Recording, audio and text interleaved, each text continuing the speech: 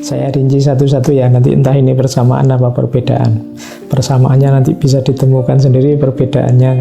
Jadi kalau di Plato itu yang terkenal dari teori kebahagiaannya Plato itu pemahaman diri dalam aspek bahwa manusia ini punya 4 lapisan, yaitu epitumos, kemudian epitumia, tumos, logostikon, dan eros. Atau sederhananya dari pusar ke atas sampai leher, kemudian pusar ke bawah. Nah itu kalau di Plato orang itu harus bisa mengendalikan 4 aspek ini. Orang itu disebut orang utama, mulia, kalau yang menang logostikon. Logostikon itu kepala, akalnya, rasional. Sementara kalau dia dikendalikan oleh perut ke bawah, ya ini nafsu-nafsu, hasrat, ambisi.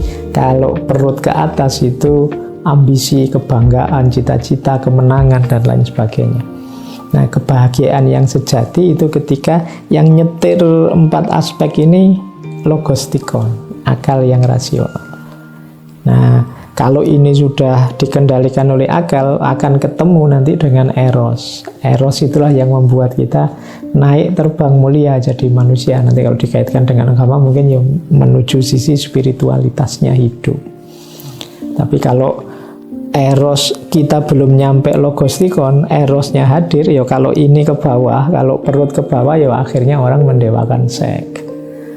Kalau perut ke atas yang menang, sementara eros datang, ya kita akhirnya menang-menangan, sombong, merasa besar, dan lain sebagainya. Jadi itu yang menarik. Nah, orang yang bisa secara utuh mengendalikan dirinya dengan logostikonnya, dengan akalnya, itulah nanti disebut orang yang utama. Ini teorinya Plato ini nanti jadi basic, dilanjutkan para filosof muslim selanjutnya, termasuk Al-Farabi. Cuma di Al-Farabi ada bedanya. Kalau di Plato itu kan lebih fokus ke kebahagiaan sendiri. Kalau di Al-Farabi ada unsur sosial, bahwa kebahagiaan kita itu juga berhubungan dengan hidup sosial kita.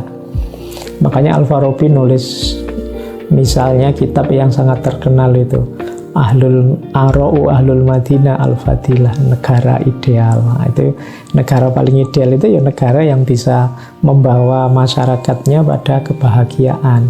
Beliau punya istilah Al-Mujtama Al-Fadilah, masyarakat ideal. Kemudian Al-Ma'murah Al-Fadilah, negara yang ideal.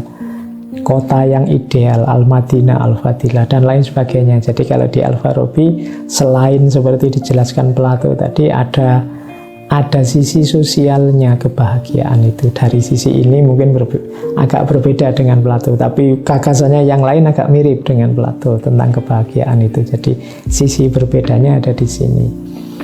Nah, kalau di Imam Ghazali, titik bedanya, saya jelaskan bedanya, karena yang samanya ya mirip seperti Plato sebenarnya juga, tentang pemahaman diri, unsur-unsur diri.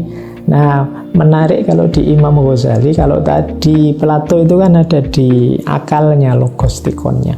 Sementara kalau di Imam Ghazali tidak, adanya di kalbu, ada di hati, bahwa rajanya hidup ini kalbu kita. Akal itu apa? Akal itu pasukan yang paling hebat.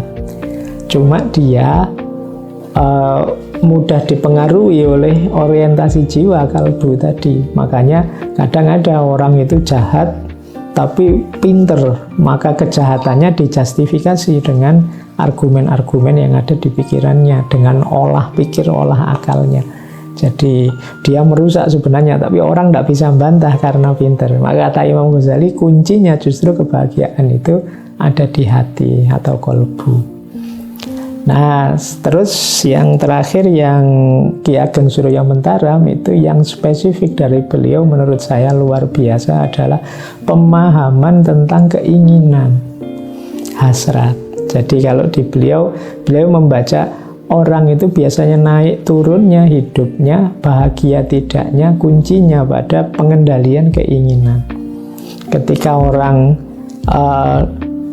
tidak mampu memenuhi keinginannya, maka dia akan sedih. Kalau dia mampu memenuhi keinginannya, maka dia akan bahagia. Sayangnya, pemenuhan keinginan ini selalu tidak pernah final. Orang itu ketika menginginkan sesuatu terus terpenuhi, biasanya tidak berhenti. Ya nambah lagi keinginan. Kita misalnya ingin nikah, begitu nikah ya kan masih nambah keinginan lagi, ingin punya anak, begitu punya anak nambah lagi, ingin kaya, terus begitu, manusia selalu nambah.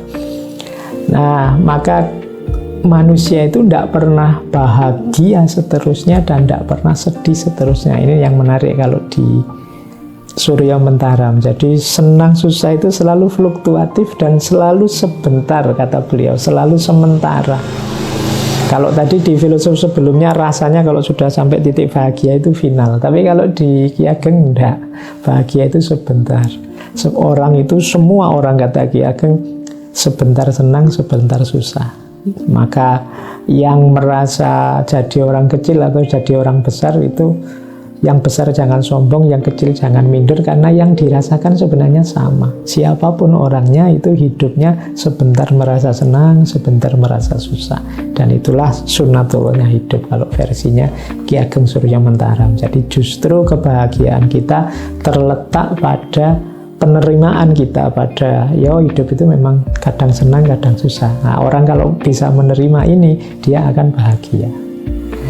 Nah, itu secara umum gambaran jadi pikiran 4 tokoh yang ada di buku Filsafat Kebahagiaan itu.